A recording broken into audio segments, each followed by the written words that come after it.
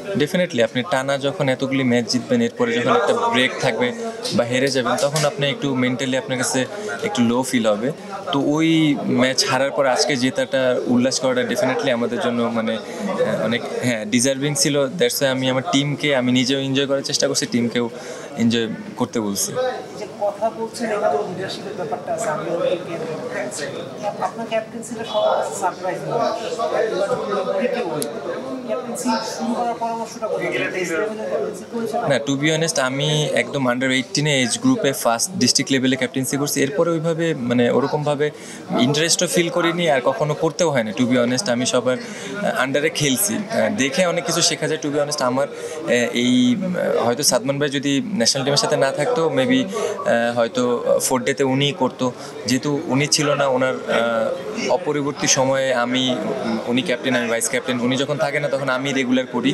তো T20টা তো বোর্ড থেকে দিছে, তো যেহেতু বোর্ড থেকে দিছে আমি হ্যাপিলি নিছি, এনজয় করার চেষ্টা করছি। 4th ডে করার পর যেহেতু এটা আমাকে দায়িত্ব দেওয়া হয়েছে, আমি চেষ্টা করছি এনজয় করার জন্য।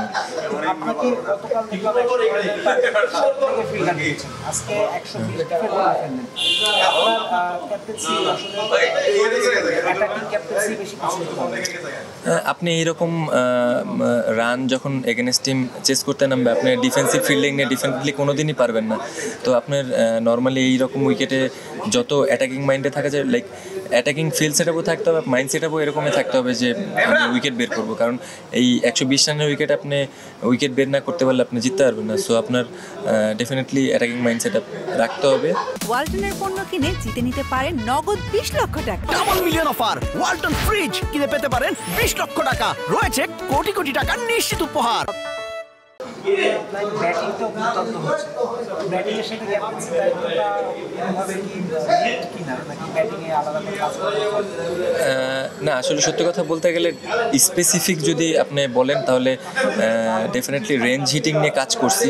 তো ওই জিনিসটা এখন আপনি দেখবেন যে আমি আমার 6-4 একটু বেশি আগের থেকে, আগের ইনিংসগুলি কেমন ছিল আমি জানি না, কিন্তু 2 বছর আগে ওই তুলনায় এখন আমি অনেক বেশি বাউন্ডারির দিকে যাচ্ছি, চেষ্টা করতেছি বেশি বাউন্ডারি বের করার জন্য। আর সিঙ্গেলস নিয়েও কাজ করছি। তো ওই জিনিসগুলি মাঠে প্রপার এক্সিকিউশন হচ্ছে কিনা, এটা এই টুর্নামেন্টে দেখতেছি। জাতীয় দলে আগমন সবকিছুই মানে বেশ চমক হয়ে এসেছিল। হুট করে জাতীয় দলে আসাটা আপনার জন্য ভালো হয়েছে না খারাপ হয়েছে না, ডেফিনেটলি যখন ভালো স্টার্ট করতে পারবেন আপনার খুবই পার্সোনালি ভালো লাগবে। টিম যখন ভালো একটা বেজ আপনি ক্রিয়েট করে দিতে পারবেন, টিমের হেল্প হবে। মানে টিমের জন্য যতদিন পসিবল হয়েছে বেস্ট সার্ভিসটা দেওয়ার চেষ্টা করছি। তো এখন নেক্সট যখন যাব, ওয়েল প্রিপেয়ার্ড হয়ে যাব। অনেক কিছু ছিল যখন ঢুকছি, তখন অনেক কিছু বুঝতাম না। উইকেট কেমন, উইকেটে কীভাবে খেলা উচিত, এখন সিচুয়েশনটা কীভাবে হ্যান্ডেল করা উচিত, এই জিনিসগুলি ধরেন এক্সপিরিয়েন্স গ্যাদার না করলে আপনার জন্য টাফ হয় অনেক। তো ওই টাইমটা, ওই স্ট্রাগল পিরিয়ডটা গেছে, যেটা এখন ওভারকাম করা শিখছি। বুঝতে পারছি যে কোন উইকেটে কীরকম খেলা দরকার। লাইক এই টুর্নামেন্টের কথা বলতে গেলে আপনি যদি বলতে চান, ফার্স্টে আপনি দেখছেন 180, 170 রেগুলার এরকম রান হচ্ছে, কিন্তু লাস্ট আপনি 3-4টা ম্যাচ দেখেন লো স্কোরিং ম্যাচ, কিন্তু আপনি 130, 40 করলে আপনি ডিফেন্ড করে ফেলতে পারতেছেন। তো এই জিনিসগুলি প্রেডিক্ট করা, বোঝা কোন টিমের সাথে কীভাবে খেলা উচিত, এই জিনিসগুলি, এই এক্সপিরিয়েন্সগুলি নিজের ভিতরে এখন যত বেশি গেদার করে রাখা যায়, ওগুলি আবার রাইট টাইমে ডেলিভার করতে পারাটাই হচ্ছে মানে মনে হয় এক্সপিরিয়েন্স কাজে লাগানোটা হবে। না, আমার টিমে যাদের মনে হওয়ার মতন প্লেয়ার, তারা ম্যাক্সিমামই মানে 90% প্লেয়ারই বিপিএলে টিম আছে, 1-2জন প্লেয়ার বাদে।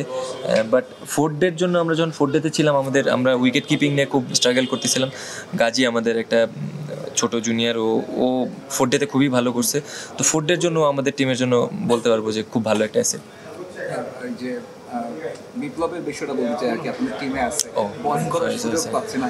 ডু ইউ থিঙ্ক এই ধরনের পিচে একজন লেগ স্পিনার সার্ভাইভ করাটা tough? That's the main thing যে আপনি ওকে ইউজ করছেন। না, সার্ভাইভ করা টাফ এরকম না। লাস্ট যে 2-3টা খেলা হয়েছে, ওরই মানে এই টাইপের উইকেটে লেগ স্পিনার অনেক ইম্প্যাক্ট ফেলে, সত্যি কথা যেটা।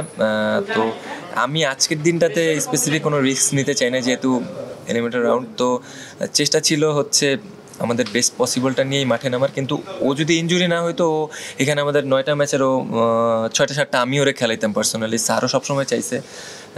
লেগ স্পিনার, কিন্তু ও মাঝখানে একটু অ্যাঙ্কেল টুইস্টের কারণে ও অ্যাভেলেবেল ছিল না, দ্যাটস ওয়াই আমি ওরা খেলাতে পারিনি।